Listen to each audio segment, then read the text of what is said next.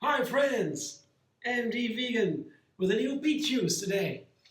Beet is the most amazing veggie maybe I've ever seen. I'm a chef now for life, always all the time, all my life I have cooked for others and for myself, but this is really unique. And the first time I heard about the beet and its magic was in the radio, and a chef from Berlin, a little restaurant, not very much known, but the connoisseurs, they know. He talked about beet and said, what a fascinating plant that is. He uses it in so many ways. I said, what, beet? Really? And then I made my first beet juice. I mean, you can make the most amazing flavors with beet. It's unbelievable. When you put an orange to a beet juice, orange beet juice, it tastes like earth, not dirt, you know? It tastes like earth flavor, deep, dense flavor packed with beet. You taste the beet. When you put a mango into a beet, you don't even recognize the beet. It's a completely new flavor. I call it candy kid flavor because it was so unique. It needs an own name. Today I make a beet juice with mint and basil. Now that's two herbs that are from the same family. It's called the mint family. This is mint from my own garden, by the way. It's a smaller amount. And this is a basil. That is from the shop. I have always these inexpensive basil plants in a little pot. And this is a half bunch, I would say. It's a lot basil. But this is not so much. I say that's a very hard, very strong flavor. The mint flavor is very, very very hard. Or like sharp or acute, very intense. It's a refreshing. The mouth, the breath gets fresh with mint. It is a summer herb. It cools down the body. Very pleasant. In the desert, they drink mint tea. I have seen that. It's amazing. Fresh mint into the water, and then you have mint tea. And here, the basil is more the wake-up herb. The children in school in Italy, for example, when they are, I've been told, when they are tired, they just give them a basil stem to chew. And there's something in the basil that goes into the brain and makes you wake up. So it's a wake-up herb. Both have very strong flavors, but the mint, it will say, is even stronger. So I take a smaller amount of mint and a larger amount of basil. So that's going to shape now today my beet flavor. And together with the beet goes carrot, another earth flavor. Earth are these dense, deep flavors. Both of them, mint as well as beet as well as carrot, are high in sugar. There's a lot of sugar in these two. And the earth flavors, the density, makes it close. Earth flavor is very dense, so you don't taste the sugars immediately. But when you put a sweet and sour fruit into it, like an apple, for example, these flavors come out. These sugars come out and create the most amazing flavors.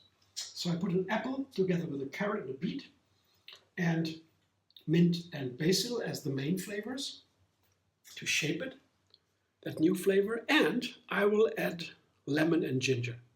This is a whole lemon. This is maybe 3, 4, 5 inches of ginger root. These are, I would say, it's the fire. The ginger is the fire that makes everything more intense. It gives everything more character. It allows the body to absorb more of the nutrients. That's what the ginger does. And the lemon keeps everything fresh. It's an antioxidant. The ginger is also an anti-inflammatory. So these two things are very important, and they enhance the other ingredients, the flavors. But I'm not sure if I can take all the lemon because I have only 2 apples, too large, or 2.5 or so. It can be too much, 1 lemon. But I'll see that. Now, the lemon is a very strong flavor here in these beet juices. Lemon does a very strong change in the beet and carrot juices. The earth, it's very. So I maybe have to use a half only. I'd see. And then I have lemon zest. From the whole lemon, I have the zest. I take it away, and I might be able to use some of this too, because both ginger, beet, and carrot have a lot of sugar. Apple too has a lot of sugar, a nice amount, not too much. But the lemon peel is a very strong, even almost bitter flavor. It's a lemony flavor. It's very healthy because the oils that evaporate from that is what makes it so intense, these lemon peels. Orange has also something similar, these oils that can evaporate. They are very potent and have to be used with care, but they're very healthy if you do it the right way. You do it too much, you ruin the whole flavor. So I'll see what I can do, how much lemon I can take, and if I can take some lemon peel.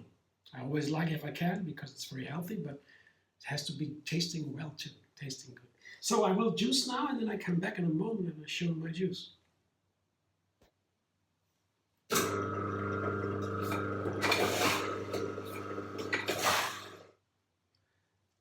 This is my mint, basil, beet, carrot juice today with an apple and lemon and ginger. And I used almost all the lemon peel and the whole lemon.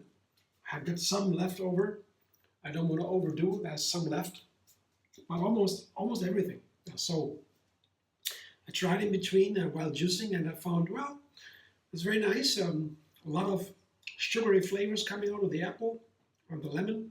The beet opened up, the carrot opened up, nice sweet flavors. So I thought, well, all the ginger, all the lemon, almost all the peel. Let's see. Now the juice is done, and I haven't tasted it yet in its final form. Let's see.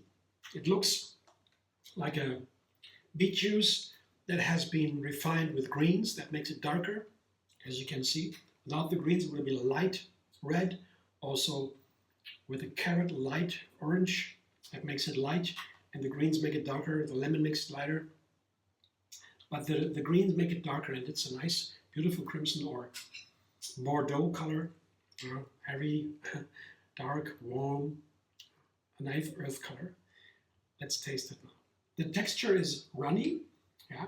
When you put a pear into it, for example, it gets thicker. When the beet is older and softer, less crispy, you get a thicker juice. The water comes out of the beet. It's softer. But this one is a crisp beet. I like these best. So the texture is pretty runny. That's nice. I'll show you when I pour it, but first I taste it. So let's see.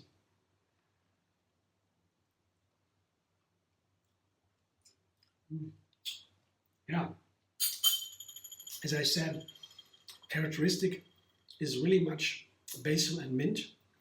Yeah, it's a nice amount, the ratio between mint and basil. Basil a lot, mint a smaller amount, but still enough. Though it comes through, but it doesn't take over. Otherwise the mint will have taken over very strongly. You don't want that. You want to have a balanced flavor so that the mint and the basil can shape these earth flavors. And the apple makes the beet and the carrot taste very nice, sweeter, sweet and sour.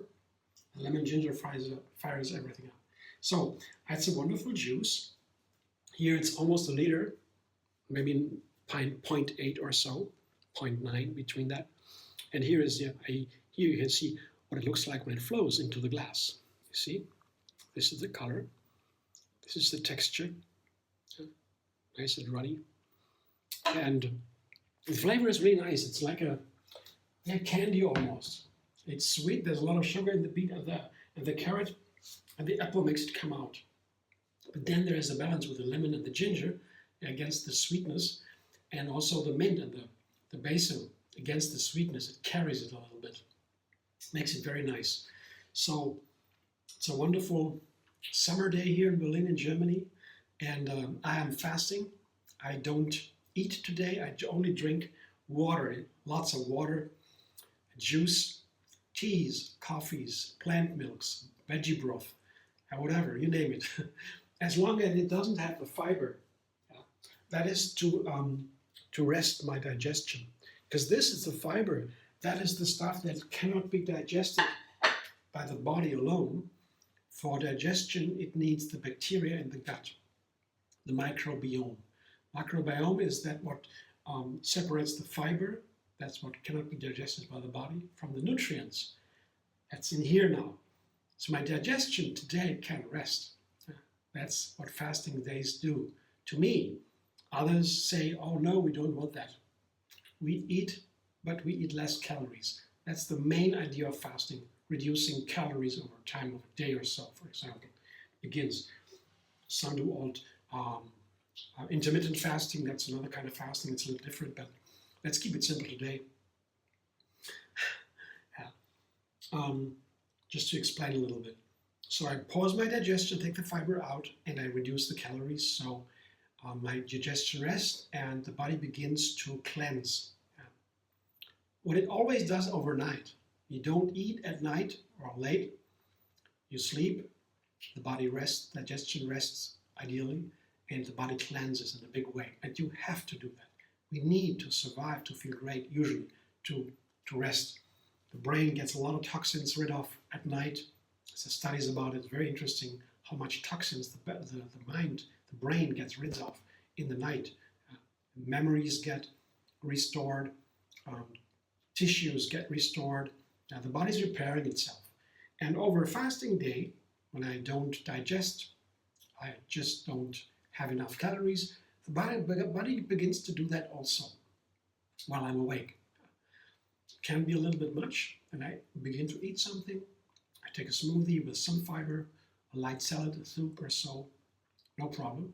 I slow it down because this process of fasting, of cleansing, of restoration and so can be intense. So one day is enough to me. So if I do that in a nice way, I have these wonderful juices to make it delightful. I can keep it up for years and years to come. And then the cleansing gets more and more deeper down. And you get to things, to stories that are hidden a long time ago in the body, in the mind. It all gets resolved. It's a very great part of well-being, personally.